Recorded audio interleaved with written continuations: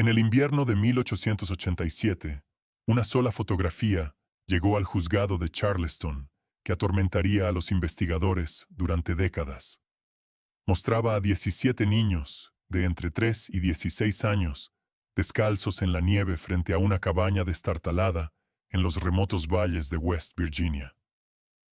Lo que hacía perturbadora esta imagen no eran solo sus cuerpos esqueléticos o sus ojos vacíos, eran las cadenas de hierro visibles alrededor de sus tobillos y el hecho de que, según los registros oficiales, la familia Greylock, de Bone Creek Hollow, había reportado solo 4 niños viviendo en su hogar.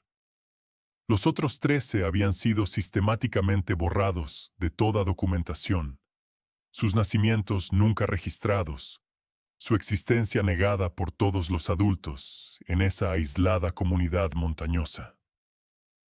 Antes de continuar con la historia de la familia Greylock y sus crímenes indescriptibles, ocultos en lo profundo de la wilderness de los Apalaches, asegúrate de suscribirte a nuestro canal y activar la campanita de notificaciones. Te traemos las historias más oscuras y veraces que la historia intentó enterrar. Y cuéntanos en los comentarios desde qué estado nos estás escuchando. Vamos a ver hasta dónde llegan estas olvidadas historias de horror americano. La fotografía que lo inició todo fue solo el comienzo de un misterio que expondría uno de los casos más sistemáticos de explotación infantil en la historia de Estados Unidos. Enterrado bajo generaciones de silencio montañés y complicidad, Bone Creek Hollow se talló profundamente en las montañas de West Virginia como una cicatriz que nunca sanó. En 1887, este valle remoto existía en un mundo propio, aislado de la civilización por pasos montañosos traicioneros que se volvían intransitables durante los brutales inviernos apalaches. El pueblo más cercano, Cedar Ridge, estaba a 27 millas a través de senderos sinuosos que podían tragarse a un hombre entero si no conocía los secretos de la montaña.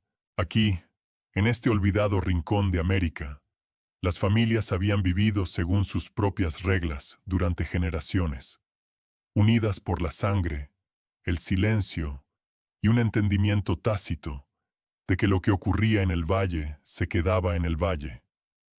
La familia Greylock había reclamado la tierra más fértil del valle en 1834, cuando Jeremiah Greylock lideró a su esposa y 6 hijos a través del Cumberland Gap durante la gran migración hacia el oeste.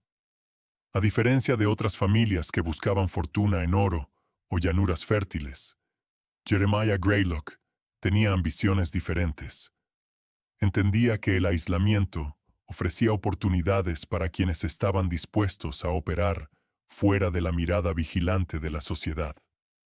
El valle le proporcionaba todo lo que necesitaba: agua fresca del arroyo Bone Creek, suelo rico para cultivos, bosques densos para cazar y, lo más importante, una separación total de la interferencia gubernamental, la supervisión de la iglesia o los vecinos curiosos. Para 1887, 3 generaciones de Greylocks habían transformado su refugio montañoso en algo mucho más complejo que una simple granja.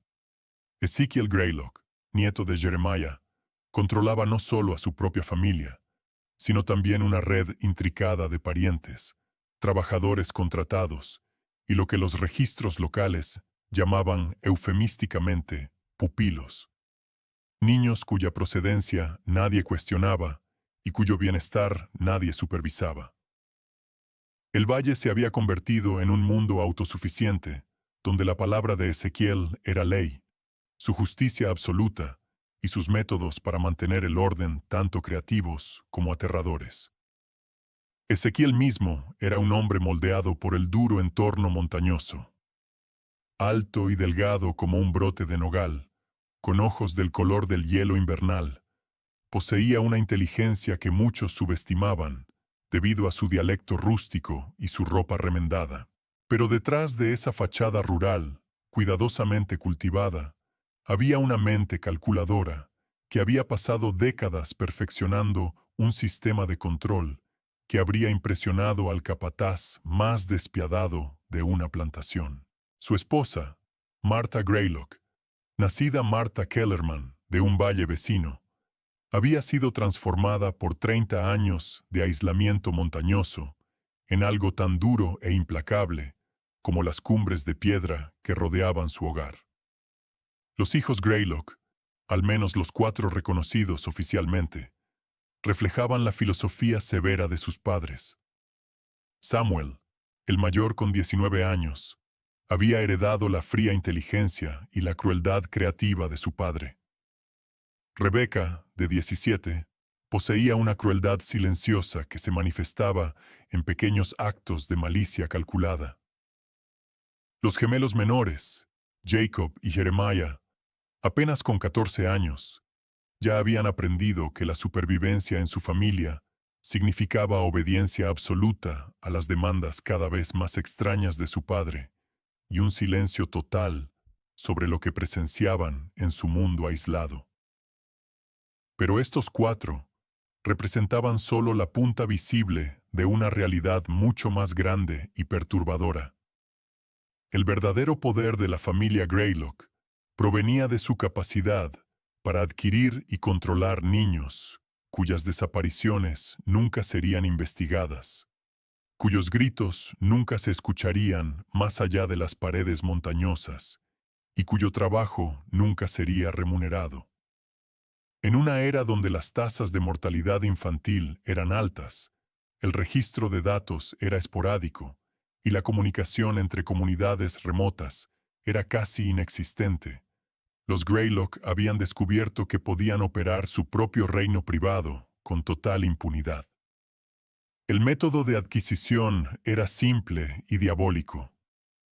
Durante los duros inviernos, familias desesperadas de los valles circundantes a veces se acercaban a Ezequiel con ofertas para entregar a sus hijos, una práctica común donde familias luchando por sobrevivir enviaban a los niños a trabajar para hogares mejor establecidos, a cambio de comida, refugio y supuesta educación. Sin embargo, una vez que estos niños cruzaban el umbral hacia Bone Creek Hollow, entraban en un mundo donde las protecciones legales no significaban nada, donde sus familias originales les eran informadas de que se habían mudado a oportunidades en las grandes ciudades y donde su nueva realidad era más cercana a la esclavitud que a un aprendizaje. Otros niños llegaban a través de canales aún más oscuros, huérfanos de granjas fallidas, bebés abandonados en iglesias remotas, niños cuyos padres habían muerto en accidentes mineros o por enfermedades que regularmente barrían las comunidades apalaches. Todos encontraban su camino hacia la familia Greylock a través de una red de funcionarios corruptos del condado, predicadores itinerantes sin escrúpulos y vecinos oportunistas que recibían pequeños pagos por su silencio y cooperación. Para el invierno de 1887, este sistema había estado operando con éxito durante más de 2 décadas. El hogar oficial de los Greylock consistía en 6 personas, pero la realidad era una comunidad cuidadosamente orquestada de 21 almas, 17 de las cuales existían en un mundo de trabajo agotador, comida insuficiente y brutalidad sistemática que habría impactado incluso a los observadores más endurecidos de esa era dura. La fotografía que eventualmente expondría los crímenes de la familia Greylock nunca tuvo la intención de servir como evidencia. En diciembre de 1887, un fotógrafo itinerante llamado Henry Petton había estado recorriendo las comunidades montañosas, ofreciendo capturar retratos familiares por el precio inusualmente razonable de 50 centavos por sesión. Para familias aisladas que podrían no ver nunca a otro fotógrafo, esto representaba una oportunidad preciosa de documentar sus vidas para la posteridad. Petton había oído hablar de los Greylock durante su estancia en Cedar Ridge. Los comerciantes locales hablaban de la familia con una mezcla de respeto y cansancio, describiendo a Ezequiel como un hombre que siempre pagaba sus deudas en efectivo y que parecía producir una cantidad inusual de cultivos y bienes conservados para el comercio a pesar de las duras condiciones de su valle aislado. Intrigado por las historias de la prosperidad de la familia y esperando una comisión sustancial, Petton había realizado el difícil viaje a Bone Creek Hollow el 15 de diciembre de 1887. Lo que encontró allí desafió todas las suposiciones que había hecho sobre las familias montañesas de las tierras bajas. La granja de los Greylock no era la rústica cabaña de troncos que esperaba, sino un complejo de edificios bien construidos, dispuestos alrededor de un patio central. La casa principal, construida con troncos de castaño hábilmente tallados, presentaba múltiples habitaciones, ventanas de vidrio y una chimenea de piedra que hablaba de prosperidad permanente. A su alrededor había un granero grande, varios edificios más pequeños, talleres para diversas artesanías y lo que parecían ser estructuras tipo dormitorio que parecían extrañamente institucionales para una vivienda familiar. Pero fueron los niños los que primero llamaron la atención de Petton como algo inusual. Al llegar, Ezequiel presentó con orgullo a sus 4 hijos oficiales, cada uno vestido con ropa limpia y bien mantenida, y mostrando la clase de comportamiento respetuoso que hablaba de una disciplina estricta.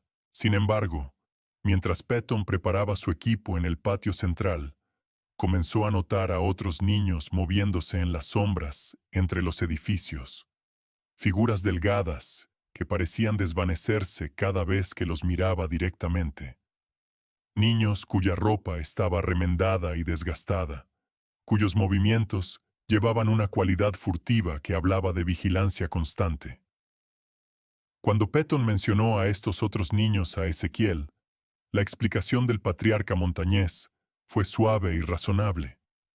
Eran niños trabajadores contratados, huérfanos que la familia había acogido por caridad cristiana, parientes lejanos que ayudaban con el trabajo estacional. Todo perfectamente normal para una granja grande en las remotas montañas, donde las redes familiares extendidas y las adopciones informales eran estrategias comunes de supervivencia. Pero mientras Petton se preparaba para tomar el retrato familiar, algo ocurrió que destrozó la fachada cuidadosamente mantenida. Un alboroto estalló desde uno de los edificios exteriores. El sonido de pies corriendo, voces gritando, y lo que claramente sonaba como cadenas chocando. Varios de los niños de las sombras irrumpieron repentinamente en el patio, y por primera vez, Petton obtuvo una mirada clara de ellos. Estos no eran los parientes sanos y bien alimentados, o los niños trabajadores que Ezequiel había descrito. Eran figuras esqueléticas con ojos vacíos, usando ropa remendada que colgaba de sus cuerpos como sudarios funerarios, y alrededor de sus tobillos, claramente visibles bajo la luz del invierno, había cadenas de hierro conectadas por tramos cortos de cadena que les permitían caminar, pero impedían cualquier posibilidad de correr. La escena que siguió se grabó en la memoria de Petton con una claridad fotográfica. Martha Greylock gritó a los niños con una voz que llevaba décadas de crueldad practicada. Samuel y Rebecca se movieron con eficiencia rápida para reunir a los fugados, blandiendo correas de cuero con la experiencia casual de una larga práctica. La máscara de hospitalidad civilizada de Ezequiel se desvaneció por completo, revelando algo frío y calculador mientras comenzaba a emitir órdenes rápidas sobre asegurar a los trabajadores y mantener la disciplina. En ese momento de caos y verdad revelada, los instintos profesionales de Petton superaron su shock. Su cámara ya estaba preparada para el retrato familiar, y casi sin pensarlo, disparó el obturador. La imagen resultante capturó a 17 niños de pie en la nieve fuera de la casa principal, sus cadenas claramente visibles, sus rostros mostrando expresiones de desesperanza y terror que ningún tiempo podría borrar de su memoria. El aftermath fue rápido y aterrador. Ezequiel se dio cuenta de inmediato de lo que había pasado y exigió la placa fotográfica. Pero Piton, sintiendo que había documentado algo de terrible importancia, afirmó que la exposición había fallado y que necesitaría preparar una nueva placa. Esto le compró un tiempo precioso para preparar secretamente una segunda placa con la imagen incriminatoria mientras fingía preparar una retoma. Cuando finalmente produjo un retrato familiar exitoso, mostrando solo a los 4 hijos oficiales de los Greylock, dispuestos en poses convencionales, Ezequiel pareció satisfecho de que la evidencia de sus crímenes había sido contenida. Patton dejó Bone Creek Hollow esa noche, llevando 2 placas fotográficas, una mostrando a la respetable familia Greylock como querían ser recordados, y otra mostrando una verdad tan horrorosa que lo atormentaría por el resto de su vida.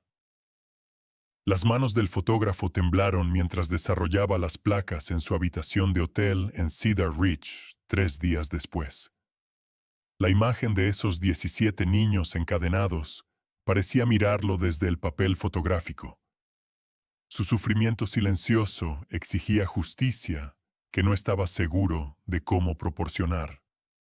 En una era en que la fotografía aún era vista con sospecha en muchas áreas rurales, cuando las protecciones legales para los niños eran mínimas y cuando la palabra de propietarios blancos respetables tenía un peso enorme contra el testimonio de un extraño, Patton enfrentó una elección terrible: permanecer en silencio y vivir con su conciencia, o arriesgarlo todo para exponer crímenes que la mayoría de la gente encontraría más fácil de descreer que de enfrentar.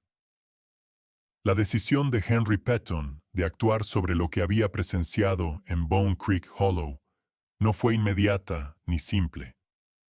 Durante 3 semanas después de su regreso a Charleston, el fotógrafo se encontró paralizado por la magnitud de lo que había descubierto y las posibles consecuencias de exponerlo. La fotografía permaneció en su caja fuerte de estudio, su existencia conocida solo por él, mientras luchaba con preguntas que no tenían respuestas fáciles. En 1888, en West Virginia, el sistema legal no estaba equipado para manejar crímenes de esta naturaleza, particularmente cuando involucraban a propietarios establecidos en áreas remotas. El trabajo infantil era común y en gran parte no regulado. Las adopciones informales y los aprendizajes eran prácticas normales. La línea entre disciplina dura y abuso criminal era a menudo una cuestión de costumbre local más que de estatuto legal. Más preocupante aún, Patton había comenzado a entender a través de investigaciones cuidadosas que la influencia de la familia Greylock se extendía mucho más allá de su valle aislado. Cuando finalmente se acercó a las autoridades locales en Charleston, su recepción fue mixta y frustrante. El sheriff del condado, James Rutledge, escuchó el relato de Patton con atención escéptica, pero señaló las dificultades prácticas de investigar reclamaciones contra una familia que vivía en un terreno tan remoto. Más preocupante fue la obvia familiaridad de Rutledge con el nombre de Ezekiel Greylock y su reluctance a discutir detalles de esa familiaridad. Cuando fue presionado, el sheriff finalmente admitió que Greylock había sido útil para las fuerzas del orden en varias ocasiones y era considerado una fuente confiable de información sobre actividades criminales en las regiones montañosas. Esta revelación abrió nuevas preguntas inquietantes sobre el alcance de la Operación Greylock. A través de una investigación paciente durante los meses siguientes, Patton comenzó a descubrir una red de relaciones que sugería que los crímenes en Bone Creek Hollow eran parte de un sistema mucho más grande de corrupción y explotación. Registros judiciales de condados circundantes revelaron que Ezekiel Greylock había estado involucrado en docenas de arreglos de colocación de niños durante los últimos 15 años. Regularmente aparecía ante jueces para formalizar la adopción o aprendizaje de niños huérfanos, siempre con documentación adecuada y aparentemente arreglos legítimos para su cuidado y educación. Sin embargo, cuando Patton intentó rastrear a algunos de estos niños, descubrió un patrón perturbador. Simplemente habían desaparecido de todos los registros oficiales después de su colocación con la familia Greylock. Más preocupante aún fue el descubrimiento de que varios funcionarios del condado, incluyendo 2 jueces y un empleado judicial, habían recibido préstamos sustanciales de Ezekiel Greylock durante dificultades financieras. Estas deudas crearon relaciones de dependencia que efectivamente aseguraron que las operaciones de la familia nunca enfrentarían un escrutinio legal serio. El patriarca montañés había construido un sistema de corrupción mutuamente beneficiosa que protegía sus actividades mientras proporcionaba servicios valiosos a las autoridades locales, que preferían que los problemas sociales difíciles se manejaran en silencio y con eficiencia. El alcance de la complicidad se extendía más allá de los funcionarios gubernamentales. Las iglesias locales, que podrían haber sido esperadas para mostrar preocupación por el bienestar infantil, habían recibido generosas donaciones de la familia Greylock. Varios ministros habían ayudado a facilitar colocaciones infantiles, convencidos de que estaban sirviendo a la caridad cristiana al encontrar hogares para huérfanos y jóvenes problemáticos. La reputación de la familia por el trabajo duro, la estabilidad financiera y la devoción religiosa los hacía candidatos ideales para manejar a los niños no deseados de la sociedad. Aún más escalofriante fue el descubrimiento de Patton de que el sistema Greylock había estado operando durante décadas. Residentes mayores de comunidades circundantes, cuando se les abordaba con cuidado, a veces admitían conocer familias que habían enviado niños a trabajar para los Greylock en tiempos desesperados. Sin embargo, estos mismos residentes invariablemente afirmaban que los arreglos habían funcionado bien, que los niños eventualmente se mudaron a buenas posiciones en ciudades lejanas y que la familia Greylock merecía crédito por su asistencia caritativa a vecinos en apuros. El fotógrafo comenzó a entender que estaba enfrentando no solo a criminales individuales, sino a un sistema social entero que había evolucionado para manejar verdades incómodas, haciéndolas invisibles. Los niños en su fotografía existían en un punto ciego cuidadosamente construido, donde los mecanismos protectores de la sociedad simplemente no funcionaban. Mientras Patton profundizaba en el trasfondo histórico, descubrió evidencia que sugería que la generación actual de Greylocks había heredado y perfeccionado técnicas desarrolladas por sus predecesores.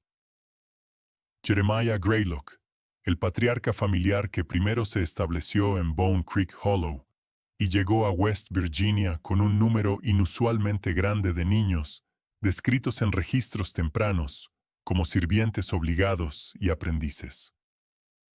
Los registros del censo de las décadas de 1840 y 1850 mostraron números fluctuantes de niños en el hogar Greylock, con algunos apareciendo y desapareciendo de los conteos oficiales de maneras que sugerían un sistema ya en operación. Más perturbadores aún eran los registros fragmentarios de familias vecinas que insinuaban el destino de los niños que habían resultado problemáticos o inadecuados para los propósitos de los Greylock. Varias familias reportaron niños que se habían escapado a buscar fortuna después de breves estancias con la familia montañesa. Pero estas desapariciones seguían patrones sospechosos. Generalmente, ocurrían durante el clima duro, cuando viajar sería casi imposible, y los niños desaparecidos, invariablemente, dejaban atrás todas sus posesiones, incluyendo artículos de valor sentimental que parecían improbables de ser abandonados voluntariamente. El terreno montañoso alrededor de Bone Creek Hollow ofrecía amplias oportunidades para la eliminación permanente de evidencia inconveniente.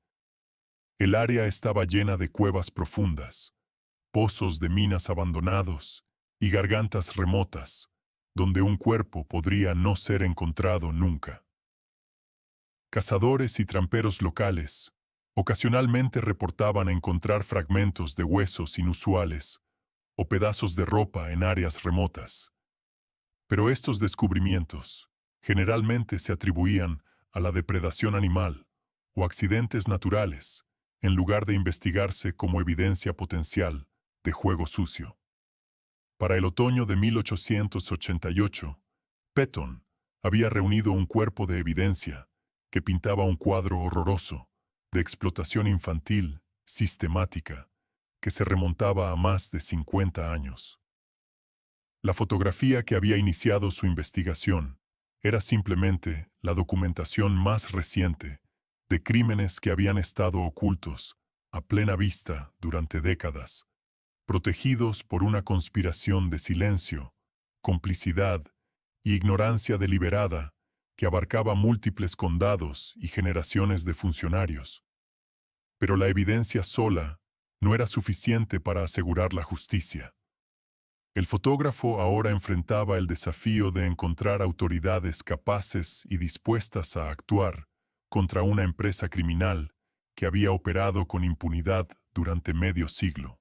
El avance en la investigación de Petton vino de una fuente inesperada. Un ex residente de Bone Creek Hollow, quien había logrado escapar del control de la familia Greylock y construir una nueva vida en Ohio. A finales de 1888, la noticia de las investigaciones del fotógrafo se había extendido a través de las redes informales que conectaban comunidades montañosas a través de la región, eventualmente llegando a Sarah Kellerman, una mujer que vivía en Cincinnati bajo el nombre asumido de Sarah Miller. Sarah había nacido en 1851 como la hija menor de la familia Kellerman, vecinos de los Greylock en los primeros días de asentamiento. Cuando sus padres murieron de fiebre tifoidea en 1863, Sarah, de 12 años, y sus dos hermanos menores habían sido colocados bajo el cuidado de Ezekiel Greylock a través de lo que parecía ser un arreglo de tutela legítimo. Lo que experimentó durante los siguientes 6 años en Bone Creek Hollow había moldeado cada día de su vida desde su escape en 1869. Cuando Petton finalmente se reunió con Sarah en diciembre de 1888, se encontró con una mujer cuyo testimonio transformaría su comprensión del verdadero alcance de los crímenes Greylock. El relato de Sarah reveló que los niños encadenados en su fotografía representaban solo un componente de una operación mucho más grande y sistemática que combinaba trabajo infantil, desnutrición deliberada, tortura psicológica y algo que se acercaba a la cría organizada de seres humanos para explotación. Según el testimonio de Sarah, la familia Greylock había desarrollado su sistema a lo largo de décadas de experimentación con diferentes métodos de control y explotación. Las cadenas de hierro estaban reservadas para niños que habían intentado escapar o mostrado signos de rebelión. La mayoría de los trabajadores en el valle eran controlados por medios más sutiles. Desnutrición deliberada que los dejaba demasiado débiles para viajar largas distancias. Manipulación psicológica que los convencía de que eran inútiles y no deseados por el mundo exterior. Y un sistema cuidadosamente mantenido de recompensas y castigos que los mantenía compitiendo entre sí en lugar de cooperar contra sus opresores. El diseño físico del complejo Greylock reflejaba este enfoque sofisticado al control humano. Lo que Patton había asumido que eran edificios dormitorio eran en realidad estructuras de prisión cuidadosamente diseñadas, disfrazadas como edificios agrícolas normales. Los cuartos principales de dormir para los niños obligados eran estructuras sin ventanas, con puertas pesadas, que podían ser bloqueadas desde el exterior. Los arreglos de dormir separaban deliberadamente a hermanos y amigos para prevenir la formación de relaciones que podrían llevar a una resistencia coordinada. La distribución de alimentos se usaba como mecanismo de control y método de debilitamiento deliberado. Los niños obligados recibían raciones calculadas, cuidadosamente diseñadas para mantener su capacidad de trabajo, mientras los mantenían demasiado desnutridos para intentar escapar a través del difícil terreno montañoso. Sarah describió un estado constante de hambre tan severo que los niños peleaban entre sí por sobras, creando un ambiente donde la cooperación se volvía imposible y la supervivencia dependía de la sumisión individual a las demandas de los Greylock. Pero quizás lo más perturbador fue la revelación de Sarah sobre la planificación a largo plazo de la familia. Los Greylock no simplemente explotaban a los niños hasta que se volvían demasiado viejos para controlar. Habían desarrollado un programa de cría sistemática diseñado para producir generaciones sucesivas de trabajadores que nunca conocerían ninguna vida fuera del valle. Las niñas adolescentes, entre los niños obligados, eran regularmente forzadas a relaciones sexuales con chicos mayores o jóvenes, y cualquier niño resultante se convertía en propiedad de la familia Greylock desde el nacimiento.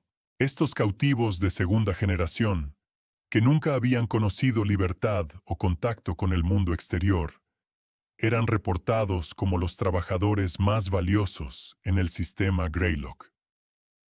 Sin memoria de una vida más allá del valle, sin conocimiento de protecciones legales o relaciones sociales normales, estaban perfectamente adaptados a sus roles como sirvientes permanentes.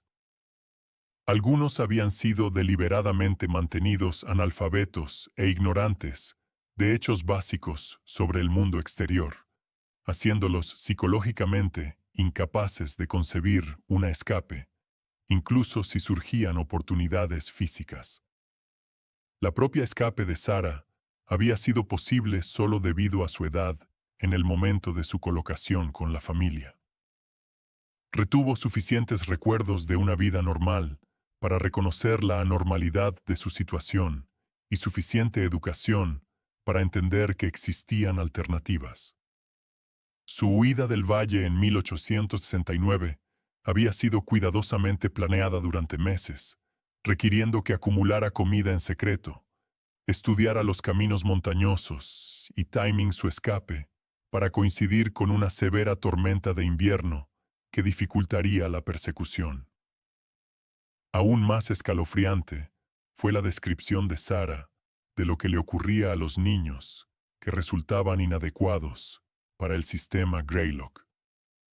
Aquellos que eran demasiado enfermos para trabajar, demasiado rebeldes para controlar o simplemente excedentes a las necesidades laborales de la familia, no simplemente desaparecían. Eran asesinados sistemáticamente de maneras diseñadas para servir como lecciones a los niños sobrevivientes. Sarah había presenciado varias de estas ejecuciones durante su tiempo en el valle, incluyendo el ahogamiento de su hermano menor, Thomas, quien había sido atrapado intentando señalar a un viajero que pasaba pidiendo ayuda. Los métodos utilizados eran deliberadamente teatrales y educativos. Los niños eran forzados a mirar, mientras sus compañeros eran golpeados hasta la muerte, estrangulados o arrojados a las aguas heladas del arroyo Bone Creek durante los meses de invierno, cuando los cuerpos quedarían atrapados bajo el hielo hasta que las inundaciones primaverales los llevaran lejos corriente abajo. Estas ejecuciones públicas servían a múltiples propósitos. Eliminaban a individuos problemáticos, aterrorizaban a la población sobreviviente hacia una obediencia completa y proporcionaban lecciones prácticas sobre las consecuencias de la resistencia. El testimonio de Sarah también reveló el alcance económico más amplio de la Operación Greylock. La aparente prosperidad de la familia se construyó no solo en trabajo no remunerado, sino en una red sofisticada de actividades criminales que incluía robo, fraude y lo que ahora se reconocería como trata de personas. Niños con habilidades particulares o atributos físicos a veces eran vendidos a otras empresas criminales en estados lejanos, generando ingresos en efectivo sustanciales que ayudaron a financiar la expansión de la familia y la corrupción de funcionarios locales. La familia montañesa también había perfeccionado técnicas para adquirir propiedades y recursos a través de fraude sistemático. Identificarían a familias vulnerables, enfrentando dificultades financieras, ofrecerían asistencia en forma de préstamos o arreglos de cultivo compartido.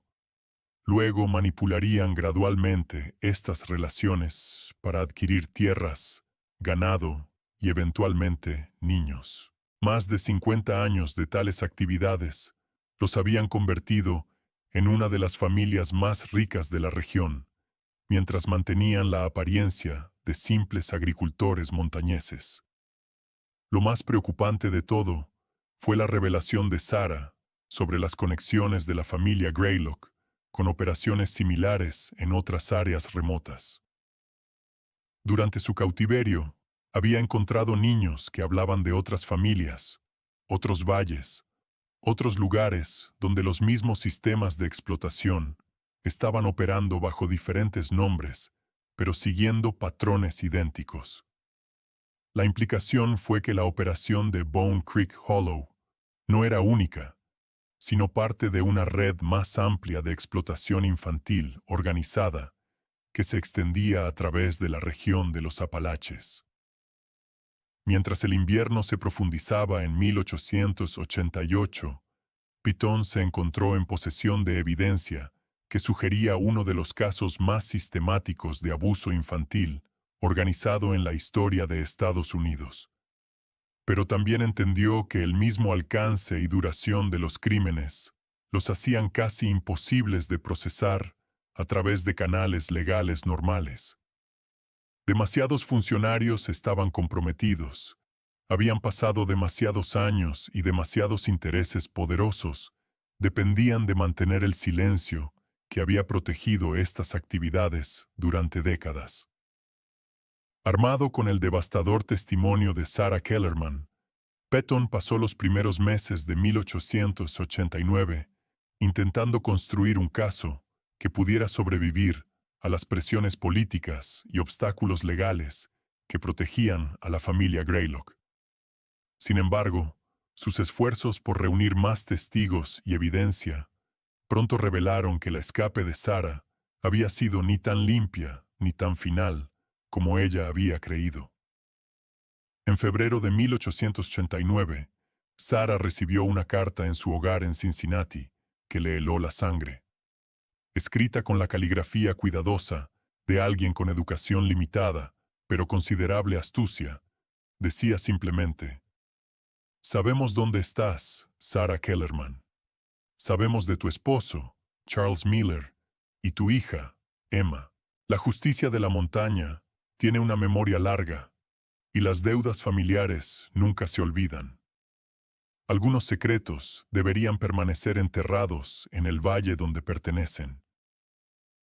La carta estaba firmada con un dibujo tosco de una flor Greylock, el laurel montañés que dio nombre a la familia. El descubrimiento de que la familia Greylock había rastreado a Sarah hasta su nueva vida en Ohio reveló un nivel de organización y alcance que ni ella ni Petton habían comprendido previamente. Más perturbador aún fue la implicación de que otros antiguos cautivos podrían haber sido localizados y silenciados o devueltos al valle a través de amenazas contra miembros de la familia que habían adquirido desde sus escapes. Petton inmediatamente arregló que Sarah y su familia fueran trasladados a un lugar seguro, mientras intentaba entender cómo los Greylock la habían rastreado. La respuesta vino a través de su investigación de registros de matrimonio y nacimiento en Ohio, que revelaron que varios empleados gubernamentales habían recibido consultas sobre Sarah Kellerman, también conocida como Sarah Miller, de lo que se describía como miembros de la familia buscando reunirse. Estas consultas habían sido acompañadas de pequeños pagos por información y habían identificado con éxito el nombre actual de Sarah, dirección y situación familiar. Esta revelación obligó a Petton a confrontar la posibilidad de que su propia investigación hubiera sido comprometida de alguna manera. Si la familia Greylock poseía los recursos y conexiones para rastrear a antiguos cautivos a través de líneas estatales, probablemente también tenían la capacidad de monitorear esfuerzos para exponer sus actividades. El fotógrafo comenzó a sospechar que sus preguntas en Charleston y áreas circundantes habían sido reportadas de regreso a Bone Creek Hollow, poniendo en peligro inmediato tanto a él como a sus fuentes. Sus temores se confirmaron cuando regresó a su estudio en Charleston en marzo y encontró evidencia de una búsqueda cuidadosa pero exhaustiva. Nada parecía estar desaparecido, pero los objetos habían sido sutilmente movidos. Archivos habían sido examinados y su caja fuerte había sido abierta a pesar de no mostrar signos de entrada forzada. Lo más escalofriante de todo fue que una sola flor, Greylock, había sido dejada en su escritorio, sus pétalos blancos ya tornándose marrones en el aire cálido interior. Un mensaje que era tanto amenaza como promesa. Justo cuando pensábamos que lo habíamos visto todo, el horror en Bone Creek Hollow se intensifica. Si esta historia te está dando escalofríos, comparte este video con un amigo que ama los misterios oscuros. Dale like al botón para apoyar nuestro contenido. Y no olvides suscribirte para no perderte historias como esta. Descubramos juntos qué pasa después. La escalada de amenazas coincidió con reportes perturbadores de las mismas montañas. Viajeros que pasaban por áreas cerca de Bone Creek Hollow reportaron actividades inusuales. Grupos grandes de hombres moviéndose por el bosque de noche, el sonido de trabajos de construcción viniendo del valle remoto, y un aumento en el número de guardias armados, vistos patrullando los accesos a la propiedad Greylock. Comerciantes locales notaron que las compras de la familia habían cambiado hacia artículos que sugerían preparación para un asedio. Cantidades grandes de comida conservada, municiones, suministros médicos y materiales de construcción adecuados para fortificación. Más ominosamente, varias personas que habían proporcionado información a la investigación de Petton comenzaron a experimentar sus propias formas de intimidación. Un ex empleado del condado que había admitido aceptar pagos de la familia Greylock encontró su granero destruido por un fuego misterioso. Un comerciante que había discutido los patrones de compra inusuales de la familia descubrió que su tienda había sido robada con ladrones, tomando solo sus registros financieros y correspondencia. Un ministro que había cuestionado la propriety de las colocaciones infantiles con la familia montañesa Recibió visitas de extraños que afirmaban realizar encuestas religiosas, pero hacían preguntas puntuales sobre su familia y rutinas diarias. El patrón de intimidación reveló que la influencia de la familia Greylock se extendía mucho más allá de lo que cualquiera había comprendido previamente. Poseían no solo los recursos financieros para corromper a funcionarios y rastrear fugitivos a través de múltiples estados, sino también la mano de obra para conducir operaciones simultáneas de vigilancia, intimidación y potencial violencia a través de un área geográfica amplia. La investigación de Piton también había atraído atención no deseada de las autoridades federales, pero no de la manera que había esperado. En lugar de ofrecer asistencia para exponer los crímenes, los marshals federales parecían más interesados en entender por qué un fotógrafo de Charleston estaba haciendo consultas que amenazaban con interrumpir relaciones establecidas de aplicación de la ley en regiones remotas. Cuando se les presionó para aclarar, estos oficiales dejaron claro que la familia Greylock había estado proporcionando inteligencia valiosa sobre actividades criminales en las montañas durante años, y que interrumpir esta relación podría interferir con investigaciones federales en curso de otras empresas criminales. La implicación fue clara y aterradora. El abuso sistemático de niños por parte de la familia Greylock estaba siendo protegido porque servían como informantes para agencias de aplicación de la ley que valoraban más sus capacidades de recolección de inteligencia que las vidas de sus víctimas. El gobierno federal no estaba ignorante de los crímenes en Bone Creek Hollow. Estaban cómplices en permitir que continuaran. Mientras llegaba la primavera en 1889, Piton se encontró atrapado en una pesadilla de dimensiones expansivas. Sus intentos de exponer los crímenes de una familia habían revelado una red de corrupción, complicidad y crueldad organizada que llegaba a todos los niveles del gobierno y la aplicación de la ley.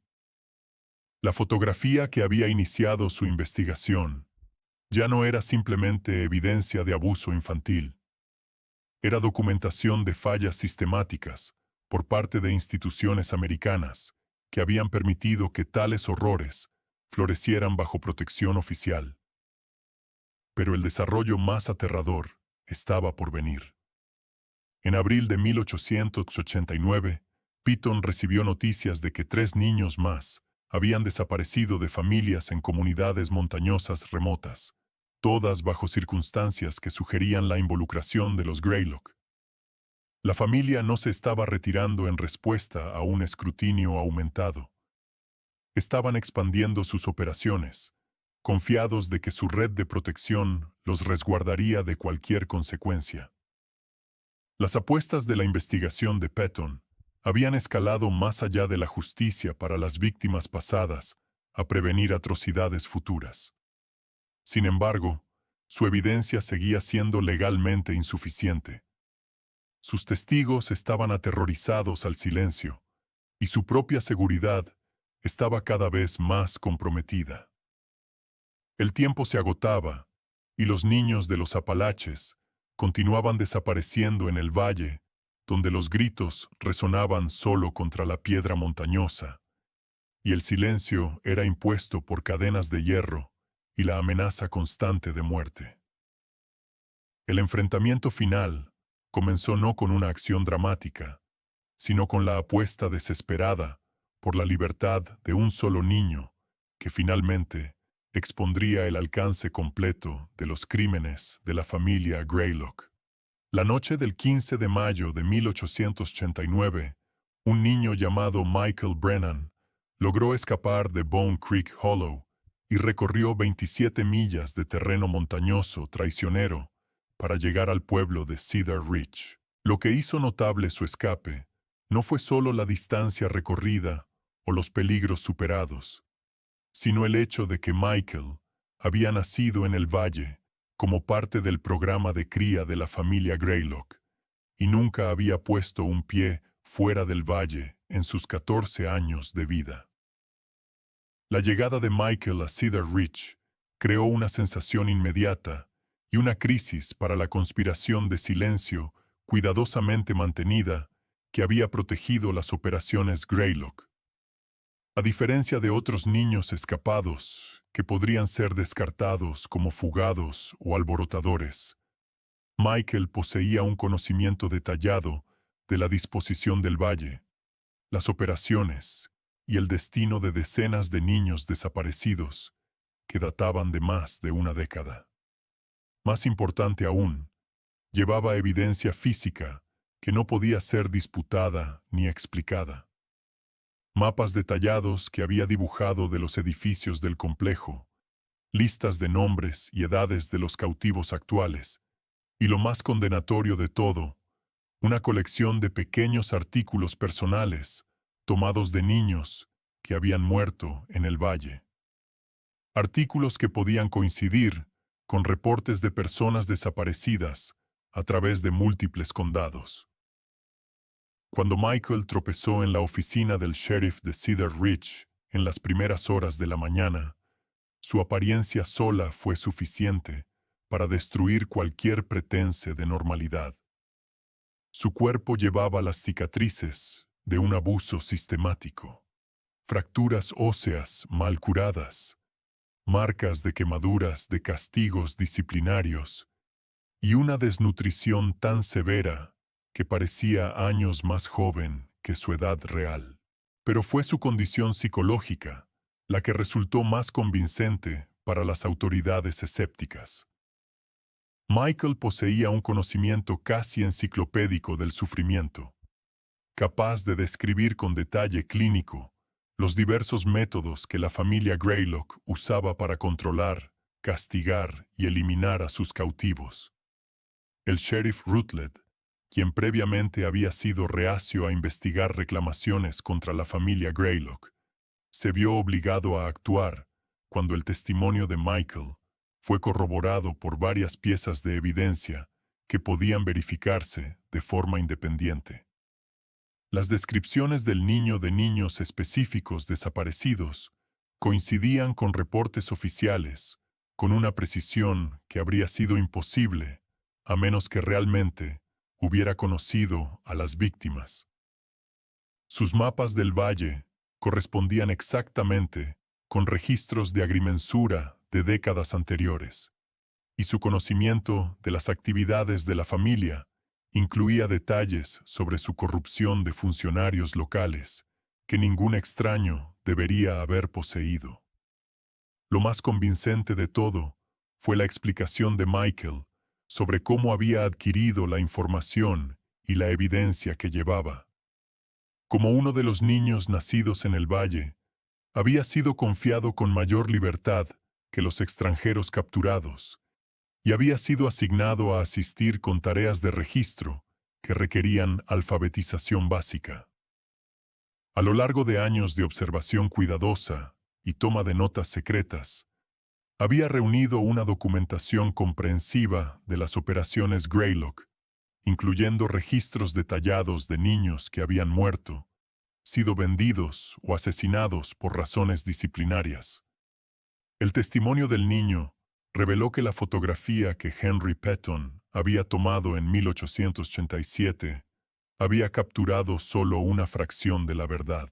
Al momento del escape de Michael en 1889, el valle contenía 47 niños y jóvenes adultos en varios estados de cautiverio, desde niños de 6 años recientemente capturados hasta mujeres de 20 años que habían pasado toda su vida en bondage y ahora eran utilizadas para producir la siguiente generación de cautivos. La escape de Michael había sido motivada por su descubrimiento de que la familia Greylock planeaba eliminar su población actual de cautivos y reubicar sus operaciones a una nueva ubicación más al oeste, donde los territorios federales ofrecían aún menos supervisión legal que los estados establecidos. La decisión de limpiar la casa había sido impulsada por el escrutinio aumentado de la investigación de Piton y preocupaciones de que demasiadas personas comenzaban a hacer preguntas incómodas sobre las actividades del valle. La masacre planificada tendría lugar durante el verano de 1889, con las muertes disfrazadas como un brote de enfermedad que justificaría quemar los cuerpos y destruir la evidencia. La familia Greylock había usado tácticas similares antes al reubicar sus operaciones, pero nunca a tan gran escala. Michael había escuchado a Ezekiel discutiendo la logística de matar a 47 personas eficientemente mientras mantenía una denegación plausible, y había comprendido que la escape era la única alternativa a presenciar el asesinato sistemático de todos los que había conocido alguna vez. Armado con el testimonio y la evidencia de Michael, el sheriff Rutledge finalmente reunió una fuerza capaz de confrontar directamente a la familia Greylock. Sin embargo, descubrió que organizar tal expedición requería un secreto extremo, ya que la red de informantes y funcionarios corruptos de la familia se extendía a través de la aplicación de la ley local. El partido final de incursión consistió en marshals federales de fuera de la región, civiles voluntarios sin conexiones con el gobierno local y un puñado de agentes locales cuya lealtad podía confiarse absolutamente. La incursión en Bone Creek Hollow tuvo lugar el 3 de junio de 1889, y lo que las autoridades encontraron allí superó incluso el devastador testimonio de Michael Brennan. El valle había sido, de hecho, transformado en un complejo sofisticado, diseñado para la explotación sistemática de seres humanos, pero el alcance de las operaciones era mucho mayor de lo que cualquiera había imaginado. Además de los 47 cautivos actuales, los investigadores descubrieron evidencia de cientos de víctimas que databan de la llegada de la familia al valle 55 años antes. La evidencia física fue abrumadora e innegable. Fosas comunes contenían los restos de niños que habían muerto por abuso, desnutrición o ejecución. Registros detallados mantenidos por la familia documentaban la adquisición, explotación y eliminación de víctimas con la precisión mecánica de un libro mayor de negocios. Edificios a lo largo del complejo contenían instrumentos de tortura y restricción que demostraban un nivel de crueldad sofisticada que impactó incluso a oficiales experimentados de la aplicación de la ley. Pero quizás lo más horroroso fue el descubrimiento de que las operaciones de la familia Greylock se extendían mucho más allá de Bone Creek Hollow. Documentos incautados durante la incursión revelaron correspondencia con empresas criminales similares a través de 7 estados, sugiriendo una red coordinada de explotación infantil que había estado operando a través de los Apalaches durante décadas. Las cartas detallaban la venta y transferencia de niños entre diferentes familias, el intercambio de técnicas disciplinarias y esfuerzos coordinados para corromper a funcionarios locales y eliminar testigos potenciales. El enfrentamiento en sí fue tanto anticlimático como aterrador.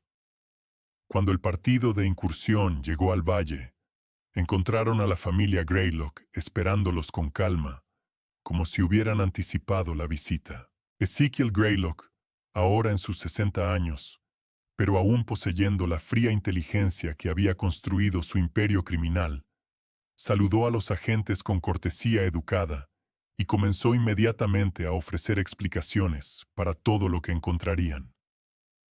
Su estrategia fue sofisticada y casi exitosa. En lugar de negar la evidencia, Ezekiel afirmó que su familia había estado operando bajo sanción oficial de autoridades federales que necesitaban su ubicación remota y métodos cuestionables para manejar casos especiales que las instituciones normales no podían gestionar. Produjo documentos falsificados que parecían autorizar sus actividades como parte de programas gubernamentales clasificados y nombró a oficiales federales específicos que, según él, habían aprobado y supervisado sus operaciones. El engaño podría haber funcionado si no fuera por la presencia de Michael Brennan con el partido de incursión.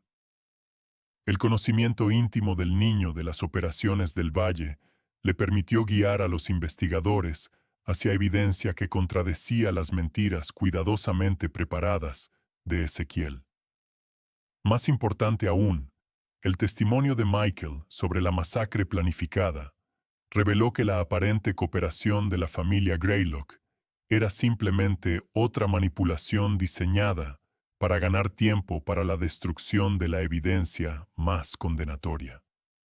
Mientras los investigadores registraban el complejo, descubrieron que varios edificios habían sido preparados para una demolición rápida con barriles de aceite de lámpara colocados estratégicamente para crear incendios que consumirían registros y evidencia física.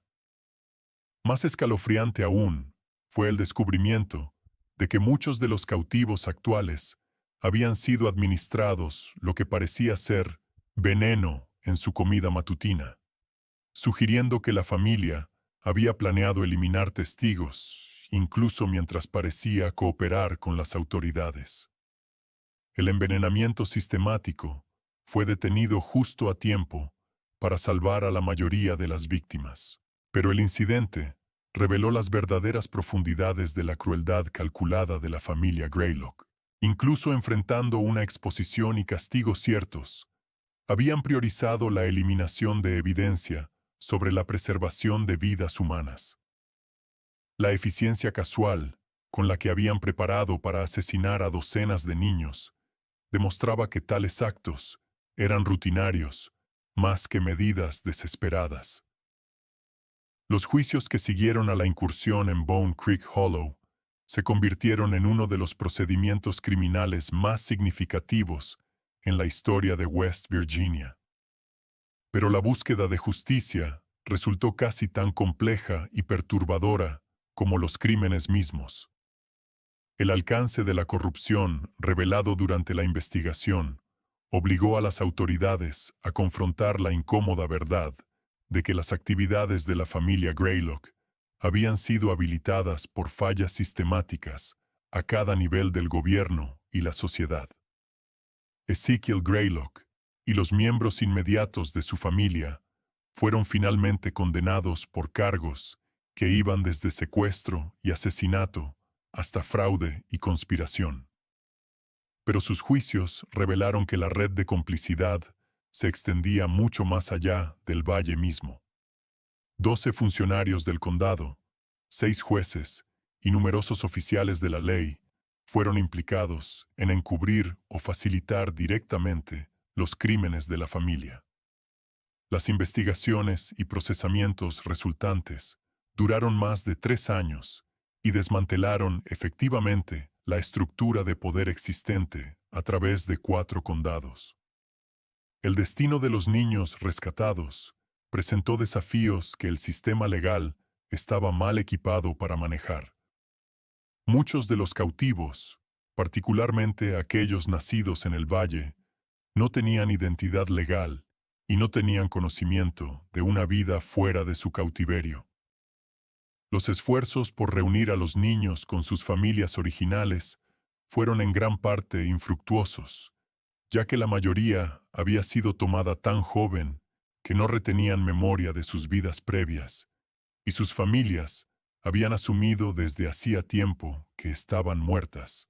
Más preocupante aún fue el daño psicológico infligido por años de abuso sistemático.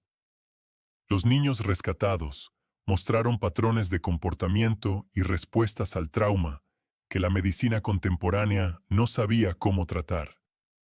Muchos eran incapaces de adaptarse a entornos sociales normales y requirieron cuidado institucional de por vida. Otros simplemente desaparecieron de regreso a las montañas, presumiblemente retornando a la única vida que habían conocido alguna vez. A pesar de sus horrores, Michael Brennan, cuya valentía había expuesto los crímenes y salvado docenas de vidas, se convirtió en un símbolo tanto de heroísmo como de tragedia. Aunque eventualmente pudo construir una nueva vida en Pensilvania, trabajando como maestro y defensor de reformas en el bienestar infantil, permaneció atormentado por la culpa sobre las víctimas que no pudo salvar y los años de sufrimiento que había presenciado en silencio antes de su escape. La fotografía de Henry Piton, que había iniciado toda la investigación, fue presentada como evidencia durante los juicios y se convirtió en una de las piezas de documentación más influyentes en la historia legal americana. La imagen de 17 niños encadenados de pie en la nieve obligó al público a confrontar la realidad de que tal crueldad sistemática podía existir en sus propias comunidades, oculta detrás de fachadas de respetabilidad y protegida por redes de corrupción. Las implicaciones más amplias del caso de Bone Creek Hollow se extendieron mucho más allá del castigo de criminales individuales. La investigación reveló que operaciones similares probablemente funcionaban en áreas remotas a través del país, protegidas por la misma combinación de aislamiento, corrupción e ignorancia deliberada que había resguardado a la familia Greylock durante décadas. Finalmente, se aprobaron leyes federales que requerían una mejor supervisión de agencias de colocación infantil y penas más estrictas para funcionarios que no investigaran reportes de abuso. Pero la aplicación permaneció inconsistente en áreas rurales remotas. Quizás lo más perturbador fue el descubrimiento de que varios niños que habían sido vendidos o transferidos a otras empresas criminales nunca fueron recuperados. Los registros de la familia Greylock indicaban que decenas de víctimas habían sido enviadas a ubicaciones a través de los territorios del oeste, donde desaparecieron en otras redes de explotación que las autoridades nunca pudieron rastrear. El verdadero alcance de sus crímenes puede no ser plenamente comprendido, ya que muchas víctimas simplemente se desvanecieron en la vasta anonimidad de las regiones fronterizas de América. El sitio físico de Bone Creek Hollow fue abandonado después de los juicios, y la naturaleza gradualmente reclamó los edificios donde ocurrió tanto sufrimiento. Las comunidades locales, traumatizadas por la revelación de lo que había estado ocurriendo en su medio, prefirieron olvidar antes que recordar. El valle se convirtió en un lugar de silencio una vez más, pero ahora era el silencio de la vergüenza más que de la complicidad. Sarah Kellerman, cuyo testimonio había sido crucial para la prosecución, nunca se recuperó completamente del impacto psicológico de revivir su cautiverio a través de los procedimientos legales. Pasó sus años restantes trabajando con organizaciones dedicadas a encontrar niños desaparecidos, impulsada por la culpa sobre las víctimas que dejó atrás cuando escapó y la determinación de prevenir crímenes similares en otros lugares. Sus esfuerzos contribuyeron al establecimiento de las primeras bases de datos sistemáticas de personas desaparecidas en la aplicación de la ley americana. El caso Greylock obligó a la sociedad americana a confrontar preguntas incómodas sobre el precio del aislamiento y los peligros de una autoridad incuestionada. Reveló cuán fácilmente la crueldad sistemática podía florecer cuando las comunidades elegían la ignorancia sobre la investigación, cuando los funcionarios priorizaban la conveniencia sobre la justicia, y cuando los miembros más vulnerables de la sociedad existían fuera del alcance de instituciones protectoras. La fotografía que Henry Piton arriesgó su vida para preservar ahora cuelga en los archivos estatales de West Virginia, sirviendo como un recordatorio permanente, tanto del mal humano como del coraje humano. Esos 17 rostros congelados en el tiempo y la plata halogenada continúan siendo testigos de crímenes que muchos preferirían olvidar, asegurando que su sufrimiento no fue en vano y sus historias no se perderán en la historia. Al final, el caso de Bone Creek Hollow se erige como uno de los capítulos más oscuros en la historia criminal americana, pero también como prueba de que incluso los sistemas de opresión más cuidadosamente construidos pueden ser derribados por actos individuales de coraje y la búsqueda persistente de la verdad. Los niños en esa fotografía esperaron más de 50 años por justicia